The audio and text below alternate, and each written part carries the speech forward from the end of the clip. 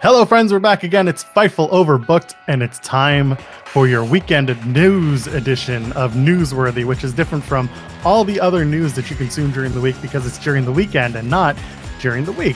And also because Jeremy Lambert's here, because, you know, he always is here. Hi, Jeremy. How are you? I live here. I go here now. It's good enough?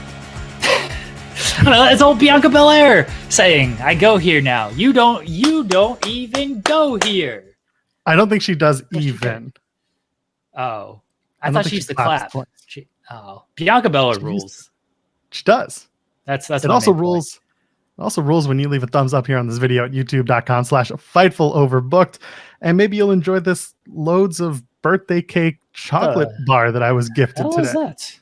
It's a white chocolate bar that has loads of birthday cake in it. That's pretty sweet, honestly. I'm kind of looking forward to it. I was gifted that today, and I'm like, I am going to enjoy that. So go ahead. That's the sweetness of joining us here at Fightful Overbooked. Huh? Isn't that cheesy? We would. That is very cheesy. Yes. We had trick or treating, and this lady was giving out candy bars with like her business information on the wrapper. To the she gave that to the adults. So the wife and I got that, and the kids got like just regular candy bars and stuff. But she's like, "Oh, here you go. Here's like adult candy bars." I was like, "How adult are these candy bars? What are they laced with?" But she's just like, it has the business card on it. So like on the wrapper is her business information. That's a nice little grift if you can do it, man. I'm not mad at it. No, that's wonderful. I think that's so good. I would do that if I had the means of production to do that. It's so neat. I'm trying to think of ways I can make that happen. It'll be like little bass guitar chocolates with my information wrapped around it. Anyway, if you don't know by now, this is how the show works. Every single weekend, we go through the top 5 articles that Jeremy wrote that either stuck on your news feed or just flew right by him. Either way, we talk about them. And if you're a news writer or a news writing enthusiast or a writing enthusiast, Jeremy's going to drop some knowledge because every time we go through it, it's always a bit of an education. Are you ready, Jeremy? I'm ready. I'm going to do something. I'm going to divert from the plan for the first time ever on this show. Ripping up the script. Tearing up the script, starting fresh with 2 minutes to go before airtime. I'm adding an article. I warned you on the Twitter machine, which nobody uses anyway. I said I would add an article. An honorable mention goes to Johnny Swinger signing his contract extension with Impact Wrestling. Swingman showed up on the House of Hardcore podcast, which is Tommy Dreamer's podcast. Tommy Dreamer, of course, involved with Impact Wrestling, wrestling on Impact Wrestling, backstage with Impact Wrestling, yada, yada. Swinger tells the entire story of how he got his start in 2019 and how he's basically been a welcome addition to Impact. It was supposed to be short-term, turned into a long-term deal, and he's gotten signed for another year. People who know that I host the Impact Wrestling show, post-show with Cresta Star on youtube.com/Fightful know that we're big Johnny Swinger fans. So this was some very positive news to start off my week. Jeremy, you didn't write the article for the first time ever on the show. Do you have anything to add about Johnny Swinger's re-signing to Impact Wrestling? Good for him and Impact, I guess. He's a fine addition. We've talked about Dreamers podcast before. Shout out to Colin Tessier wrote this article, and I love Colin. He does great work, always works hard. Proud to have him on the team. Listens to a lot of stuff. Gets a lot done. Shout out to Colin. There we go. That's as much praise we're going to heap on anybody else today. Let's move on to number 5. William Regal says MJF is an entitled prick still whining over an email, but he's incredibly talented. William Regal on his own The Gentleman Villain podcast told his story of MJF, and this was an engaging program. And weekly it is, but this one in particular, where he goes off on MJF for almost 90 minutes, was something else. Talk to me about it. MJF, William Regal, the whole 9. So this was posted after last week's Dynamite. It was posted on Monday, so before this week's Dynamite. And they had the MJF and William Regal had that big promo in the ring and everything that got a lot of praise from everybody, rightfully so. And Regal has his weekly podcast with Matt Coon. And Regal, I don't know if I've said this on this show. I've definitely tweeted it. Maybe I've said it elsewhere. Regal is very tough to transcribe because he's all over the place. Like if you're just listening to William Regal, great storyteller. He'll repeat some stuff and it happens. I know I repeat shit all the time. So it happens, but he's a great storyteller, and he has so much knowledge. He's been around so many people. He has so many stories to tell, and he just tells them in an engaging way. And Matt does a great job of like guiding the conversation, asking the right questions, getting the information out of Regal. And Regal is like very much a faucet of just like, he's going to spill stuff anyway. But this was the thing. Regal does not necessarily give you like anecdotal stories of like, oh, here's an article, here's an article, here's an article. This entire article was just this podcast, which is an hour and a half long. And then I had to just basically piece it together into one giant article. Like Regal is not, if you're a news writer out there, Regal is somebody who you're not going to get mileage out of as far as like, oh, well, here's 5 different stories that I can write and put together. You are going to get mileage out of how do you craft like essentially a feature article on one interview. Regal's a guy to listen to for that, because there's just so much knowledge and detail that he's going to drop in these interviews. And I was messaging with Matt and just praising him, telling him he did a great job with the interview because he did. And you know, Matt's a great guy. I met him last year at WrestleCade. Cass, who's never appearing on the spotlight ever. Cass actually introduced us. So yeah, Matt rules. He does like themes and stuff too. Matt is great. Did a great job with this interview. And Regal, again, like if you just want to like listen to somebody, if you don't have to like transcribe and do news and stuff, like Regal's just a great person to like listen to and just understand where he's coming from and just like understand what the business is about and the way he views the business. And then when it came to the MJF stuff, he obviously had a lot to say stemming from that promo, stemming from like his whole history of MJF. And you don't really know if he does say at one point, like, this is Darren talking, this ain't William, like, this is me. Like, you don't really know if it's like work, shoot, because they're involved on television. There's the Moxley match, but like, does he really feel this way about MJF? Which is another brilliance of Regal, is he has so much cachet that when he says these things, you think it's all real. But of course, if it's on television, you think it's a work. But great listen with Regal and MJF, especially like the very end. I can't tell you how many times like I thought I was done like writing this article of like, okay, they're kind of like, he's still talking about MJF, but it's repeated stuff, the stuff that isn't necessary. And then Matt would pull some like new information out of Regal, and I'm like, well, I can't do like a separate article on that. This is all one article. And like the very end where Regal talks about like taking the crowd on the roller coaster ride and like the thrill he kind of got of like, yeah, I heard them boo me and cheer him. And I'm like, all right, fucker, like I'm going to twist this around and we're going to see what happens here. He's like, I got a thrill from that. Like, you know, I got up for that. Like, I want to be great at my craft. I think I'm very good on the mic, and like to be able to do that to the crowd, like it shows that I can still do this. So Regal's great, man. Any interview, if you're just listening to Regal, I think it's very difficult to like not find him engaging and enlightening. If you're like trying to craft news around Regal and transcribing, it can be a little frustrating. What's especially interesting to me with this particular episode of The Gentleman Villain is that Regal doesn't normally bring the storyline world into his podcast, right? And this is the first time where, like you said, there are times where he says, this is Darren talking, or this is William talking. Like he does a good job of kind of clouding it, but at the same time, this is not something that's typical on his podcast. And I like that. And I really enjoyed listening to him give his take on this show. Well, you have like, it seems like everybody has a podcast on the Conrad Network, but this is the great thing about the Conrad Network is like you have people who are active in WWE and AEW or legends just overall who have ties to multiple companies giving their opinion on stuff. And some of it, I don't care what Road Dogg has to say about the AEW product. Who gives a shit? I don't even care what Jim Ross has to say about the WWE product. But these are guys who have ties to certain companies. And when they talk about what's going on in the company that they're in, there's always like some knowledge there. And that's why I listen to these shows. I'm not big on like listening to the history stuff. That as far as like news goes, it's very evergreen news. You can write about that at any time. That story isn't really going to change. It's cool stuff. Like me personally, I'm very much focused on what's happening now and what can I write about now that these guys are talking about. So Jim Ross does a great job of always like mentioning something. Shivani, for the most part, will drop some stuff as well. But yeah, Regal is usually, man, talking about history. Like if he's ever asked about like, hey, what's going on at AEW, he's just like, Blackpool Combat Club, we do our own shit. We don't care what anybody else has to say or is doing. But this one, because he was directly involved on screen, it was a very big segment.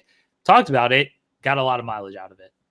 And he didn't have to air his dirty laundry. Hey, speaking of which, let's move on to number 4. Dale Earnhardt Jr. is hoping to find every man character he connects to in wrestling. So Dale Earnhardt Jr. was on his podcast, dubbed the Dirty Air Podcast, where he had quite a lot to say about wrestlers of the past and into the present and what he connects to and what he wants to connect to as well. Go ahead, talk to me about Dale Earnhardt Jr.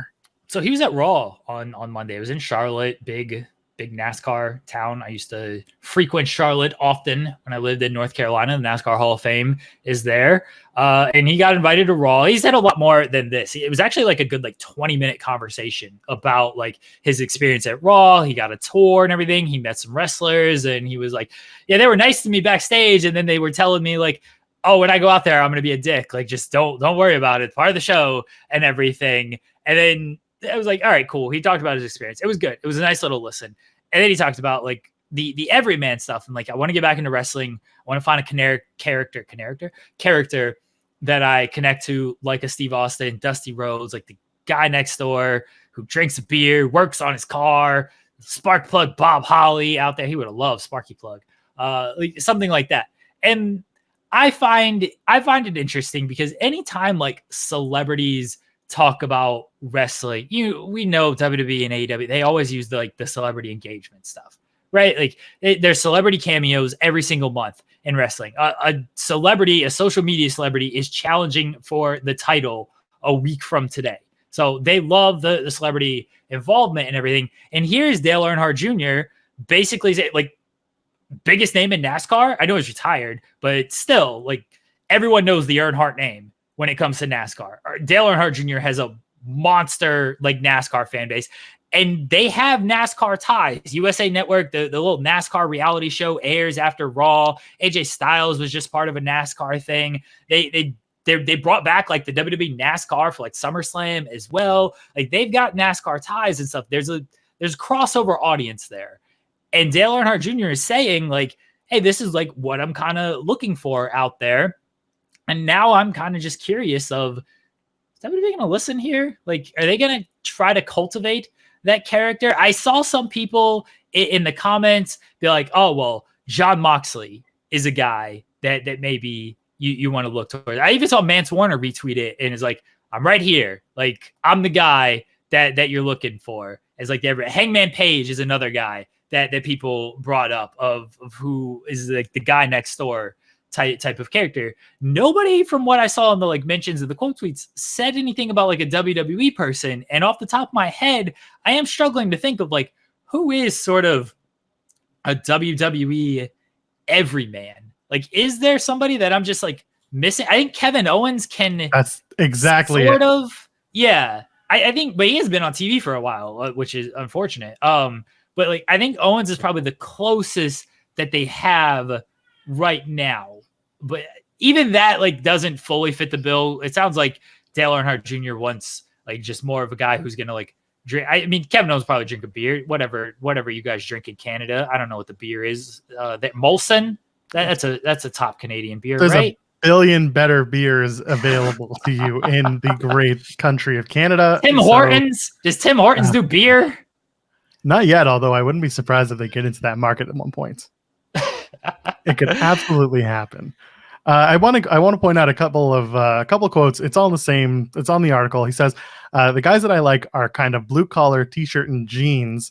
And then he says, that's what I'm looking for. Where is the beer drinking guy pulling the motor out of the car in his garage? And he says, Steve Austin doesn't just happen out of nowhere. I'm going to try and find the guy that I really connect to. And I think that's the whole thing. That's why guys like Mance and Adam Page and Mox came up, is because I think a lot of people were just reading blue collar t-shirt, jeans, beer drinking, and then like, who's the badass guy who would get over well with the NASCAR guy? And so they went to Dale Earnhardt Jr. and said, well, these are the guys. But realistically, those aren't the same guys. Just because they drink beer doesn't mean they're badasses. Hangman Page is not this badass character who comes out every week and says, I'm going to kick your ass. It's not him. Mance Warner, yeah, he does that to a certain degree. But that's, again, maybe not the cup of tea that a guy like Dale Earnhardt Jr. is after. John Moxley only drinks non-alcoholic beer as well. Yes, now that is exactly the case. Yeah. So he's got a sponsorship with whatever that company is. Yeah, I think Owens is probably the closest in WWE, is like the everyman who's just going to come out there. And Owens, I don't know if he's drinking much beer, but he kicked the shit out of Steve Austin. Well, he kind of got the shit kicked out of him by Steve Austin WrestleMania. But Owens is probably the closest. He hasn't been on TV for a while. Owens should have been in Charlotte. He was on NXT a couple of weeks ago. Nobody last week doing that. But I'm just letting you know, he has been on TV. He just hasn't been on Raw. I get it. I would like to see him more featured on WWE television. But I agree with you. KO's the guy. I watched NXT. I watched that show. I remember he was there. Yeah, I'd cover it that night actually, because it was the same night. It was the Tuesday Night Wars. So when things get busy, you turn to me to get everything done. You know how it goes, Show Pearl. I do. I turn to Jeremy whenever I'm busy. Let's move on. Number 3, Orange Cassidy. I'm basically the king of the Atlantic Ocean. I saw this live. Not Orange Cassidy saying this. I saw Orange Cassidy win the All-Atlantic Championship at AEW Dynamite in Toronto. A very good match. And he was speaking to Tori and Dan all about his All-Atlantic title victory. And now he's just triple threats all the time. He's Orange Triple Threat Cassidy. Let's go. Talk to me about this article. Orange Cassidy, when he does interviews, sometimes he's in character and he's just going to give you a word or two, a line or two, and that's it. But for this one, he wasn't in character. He actually, this is just one little quote, obviously, but this is about a 15-minute interview, I would say. And it's a lot of basic wrestling cliche stuff that is asked, and Orange Cassidy doesn't give too much detail on it. But I'm always, whenever Orange Cassidy speaks in more than one sentence, one line, one word, and I'm always fascinated. But so he did talk about winning the title, beating Pac, overcoming his nemesis, as he called him. And the line in there, I didn't use this as a headline, but the line in there where he talked about oh yeah, I was injured and I was out for a few months. I wanted to come back and remind people what Orange Cassidy was all about. That was a one line, but it felt like a very real human Orange Cassidy thing. He even talked about in the interview their appearance on Floor is Lava. He talked about how that came about and what it was like being on that and everything. It's a good interview with Orange Cassidy. If you only know him as the thumbs up, cool, whatever kind of guy, and that's all you expect, listen to this interview. It's relatively short, and you learn a little bit more about Orange Cassidy and the person behind Orange Cassidy. And yeah, I mean, I don't listen. Tori, I'm pretty sure Tori and Dan is a Canadian outlet. I think it was Sportsnet or something. Apologies if I mess that up. But yeah, it was good to listen to Orange Cassidy kind of give a out of character sort of interview here. I think they're Baltimore. Okay, maybe that's WBAL. That's where they're from. WBAL. Right. I just went looking when he said Canadian. I was like, I don't remember hearing about Tori and Dan. What's that? There's a Canada duo, somebody and Dan, very famous Canada duo. Jay and Dan. Jay and Dan. That's what I was thinking right. of. Yeah, Jay on right and Dan. I forget Dan's last name, but I'm sure someone in the comments is going to remind me who it is. But yeah, Jay and Dan. Those are the guys. And that's what I was thinking of. And then they got picked up by ESPN for a short bit. They went stateside, and then they came back because ESPN didn't understand their brand of comedy. Yeah, and they came back triumphantly to Canada. That's how I knew them, is because they came to the States because they were covering hockey for a little bit. But they were doing all around stuff with Sports Center, and everyone was all the Canadians were big excited of oh man, Jay and Dan, they're gonna be on ESPN and stuff. And then I felt like it lasted a month, and then they were just back in Canada. Yeah. Sorry to Tori and Dan. I was thinking of Jay and Dan, but great job with the interview and getting Orange Cassidy to be a little bit out of character. It's good stuff. There's only one person from Maryland that really matters when we talk about news and wrestling anyway. So what does it matter? Who? Andrew Thompson. GOAT, Andrew Thompson. That's right. Okay. All right. I was making sure. Of course. Number 2, Shawn Michaels on his release. Sorry, let's try that again. Take 2. Number 2, Shawn Michaels on relationship with The Rock. it wasn't as bad as everyone made it out to be. Shawn Michaels this time appearing on Logan Paul's Impulsive podcast. That seems to be a thing now that everyone shows up on Impulsive. And honestly, I like it. I'm happy because that has a huge reach. And anytime wrestlers and wrestling adjacent people show up on huge, far-reaching podcasts, I'm all for it. So Logan Paul had Shawn Michaels on, and he had plenty to say about NXT, about his time as a wrestler. So go ahead, tee off. We've talked about Logan Paul's podcast before, and I'll say it again. Like, it's a good listen. These guys, like, they're not afraid to ask stuff. And even here, when they're talking about, they're asking about The Rock. It's not like the best transition in the world.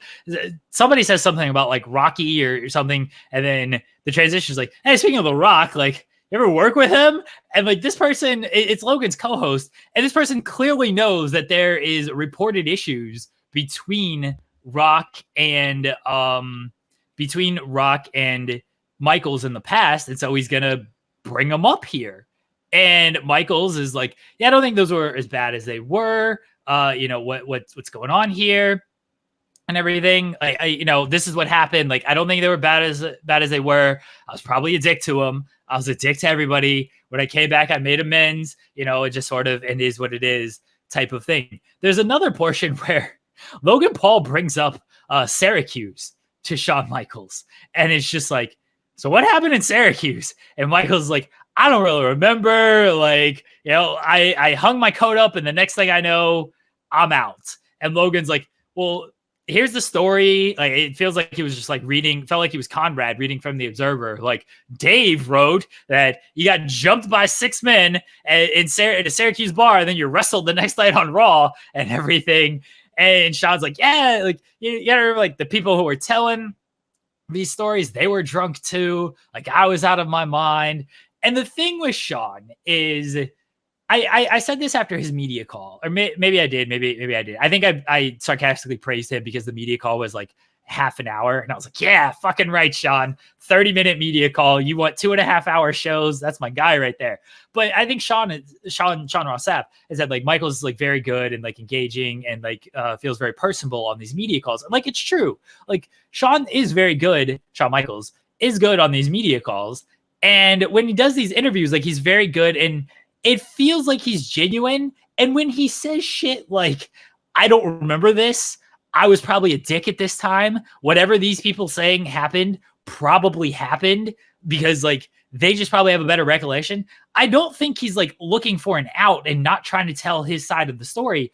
I legitimately think this man was so messed up in the head at the time with everything going on that he probably just doesn't have that great of a memory with a lot of this stuff. And the biggest one is the Bret Hart DVD, where him and Bret sit down, and like Jim Ross is saying, like, you did this, this, and this, and Bret's like, yeah, you did this, this, and this, and Shawn's like, probably true. Like, I don't know, probably true. Like, that sounds about right. Like, you say that's what happened, that's what happened. And I had this conversation with the wife of like, yeah, Shawn was probably messed up.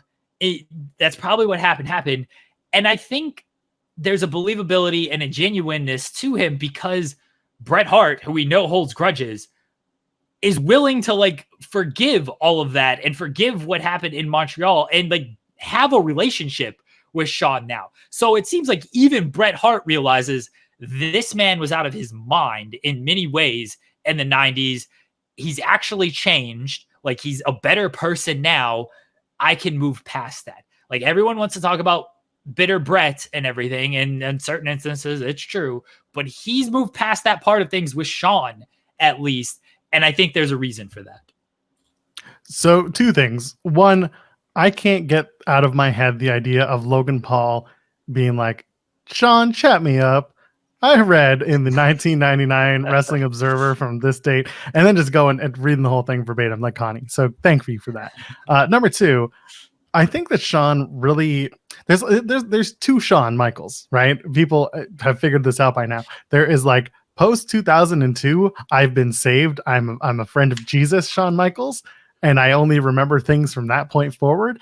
And then there's pre-saved Michaels, where he's like, nah, I did a bunch of shit and now I've very much suppressed it through the power of prayer, or whatever it is. Shawn Michaels, it just kind of like this is his second chapter. Like his sober chapter is very much how he decides to live his life, which, again, very personable. It's obviously been very fruitful for him professionally, hopefully in his family life as well. And he chooses to just kind of focus on that and focus on what he did when he came back to the WWF at the time, in 2002, 2003 and onward, than he has from his past when he was an active performer on the rise. So I always find that interesting with Shawn Michaels. I think he's good. He's very good in these interviews. Like, he doesn't always give like the most newsworthy quotes, but I don't want to say he doesn't shy away from topics, but it's very clear you can ask him whatever you want. And maybe he is not going to give you the answer you're looking for. He's not going to go into detail of what happened because, as he says, he doesn't remember, or he just doesn't want to talk about it. So he says he doesn't remember, which is also a very viable option. But he's willing to like have a little bit of a discussion about it, and he's not just gonna no comment it, or he's not gonna tell them beforehand like, hey, we're not talking about this kind of stuff or whatever. In the Logan Paul podcast, I really only listen to it when they have like a wrestling guest on, because that consumes my life.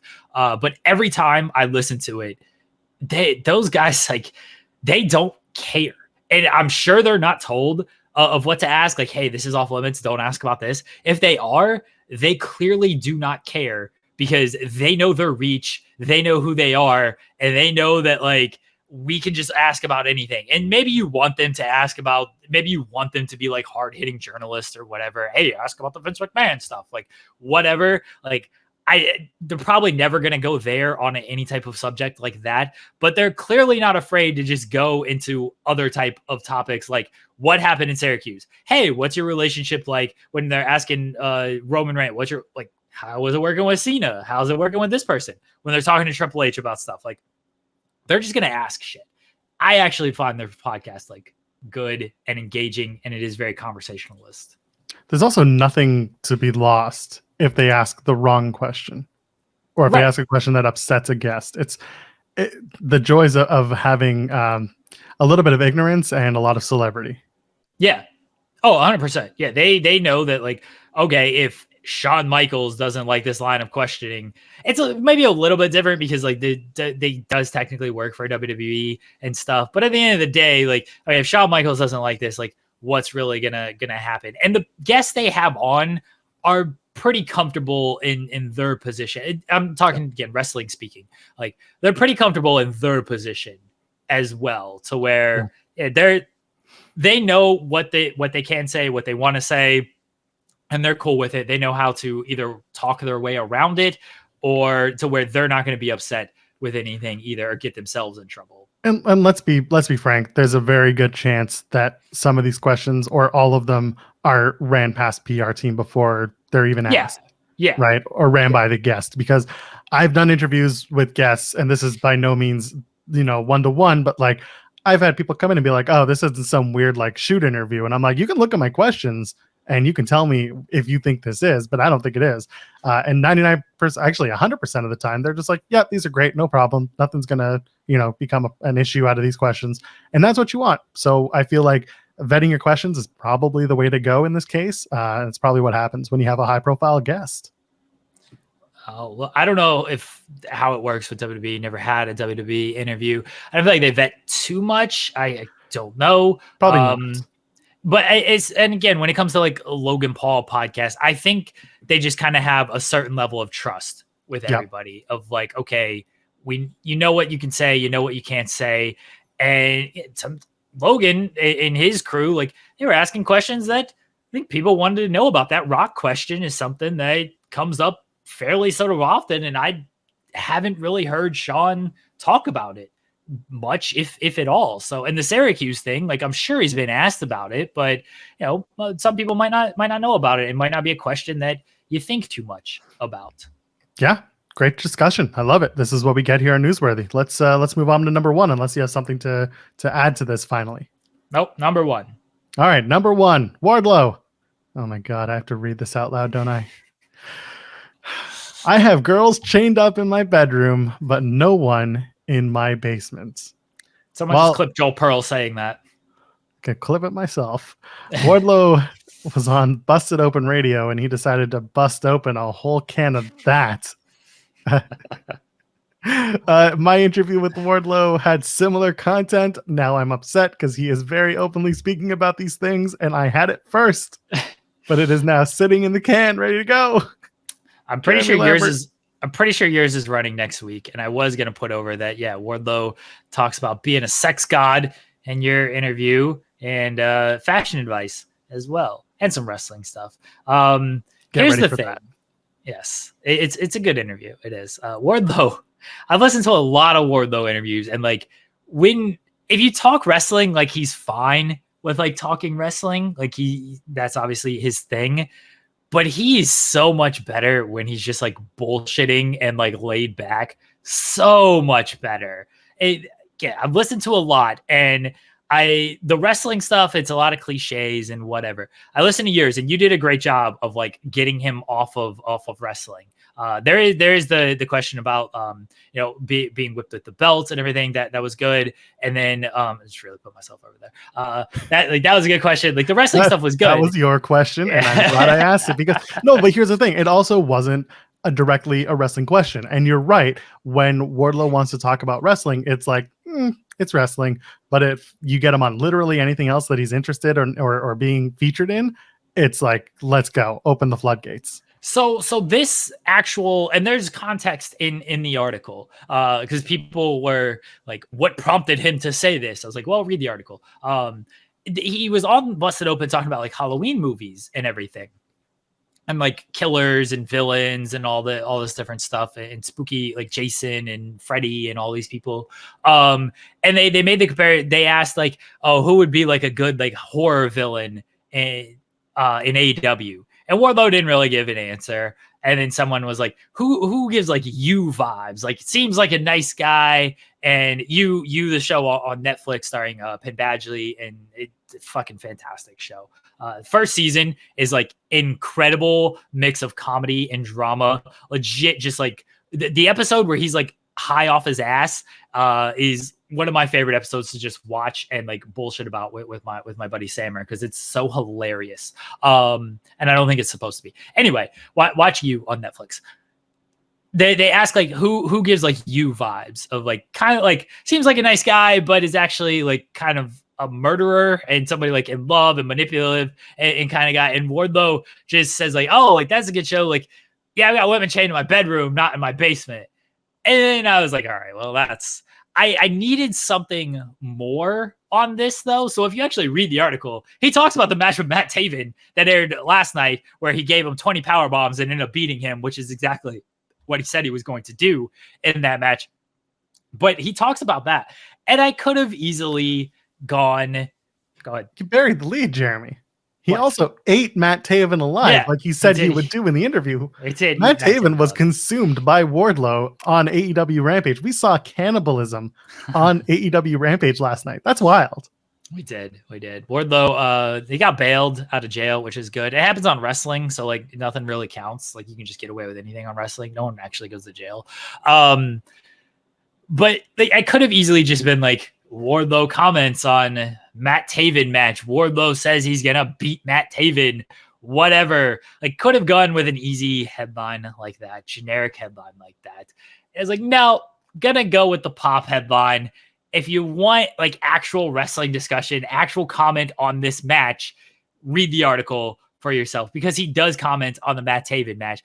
And he had some, and look, Wardlow saying I'll eat Matt Taven alive is a decent headline as well, but it probably wouldn't have done the numbers and the engagement that I got women chained to my bed, not my basement, ended up doing. So this is tricks of the trade, everybody. Sometimes you can just take a line, headline with that, make people click to give you the context. It's not clickbait, because you're not baiting into any type of, oh, what do you mean? Like Rhodes returning to WWE soon, and you find out it's Brandy Rhodes is returning on the bump or something. That's clickbait, everybody. That's what actual clickbait is. me doing this headline, I said it before, I'm going to get this term over. I'm going to trademark it, just like my man TK did with WYW, Watch Your Wrestling. That became huge in the wrestling community. GFY, my man Chris Jericho, he got that one over big time. I'm going to get over headline bait. Trademark it, mark it down. What I do is headline bait, not clickbait. I'm going to get it over. Just like CJ and TK, my boys. RJ or RYH, read your headlines. No, that sounds awful. Headline bait. So do the other ones. Copyright it. Copyright headline bait. Get Sterling on the phone right now. I was gonna say talk to Mark Sterling, and then we'll get it on the phone. No, this is what it is. The Wardlow. This is the best headline imaginable to get people's eyes on it, and you didn't. There's no lie. There is no misinterpretation. It is very much what he said, and if anything, you're just like, that's hilarious. Now I should read what's left on the page, and that's what you want. That's headline. It's not headline. It's headline bait. Yes, it's headline bait. Like, I call it a headline pop because that's what it is. It is that, but I want to throw in the clickbait thing because everyone likes the. It's headline. I'm baiting people to click the article with a fantastic headline. I'm baiting people to engage with the headline. That's why I'm calling it headline bait. Well, engage with us here every single Saturday. At least it's Saturday for now. Who knows what tomorrow will bring. Here at Fightful Overbooked, we drop content every day, but Newsworthy we drop every Saturday morning so far. That's it for us. We did 6 articles today just for you people because we think you're special. Jeremy Lambert, do you have anything left to plug? Fightful Overbooked. We have new content every single day. Tomorrow is Tim and Joel. Tim and Joel will be on tomorrow. Mondays, 3 p.m. Tag Talk. They're live now. This week, Haley and Kylie have a Halloween episode. I don't know what that entails, but I think they wanted spookiest tag teams ever. Go. I assume they might be dressing up or something. I might have to don the Sting mask and make a run-in on that show. We shall see. But yeah, new content every day here on this channel. Support the stuff we do, please. There you go. It's easy as that. I'm Matt Joel Pearl, JOELPEARL. Ladies, gentlemen, friends beyond the binary. We'll see you in the next one. Cheers.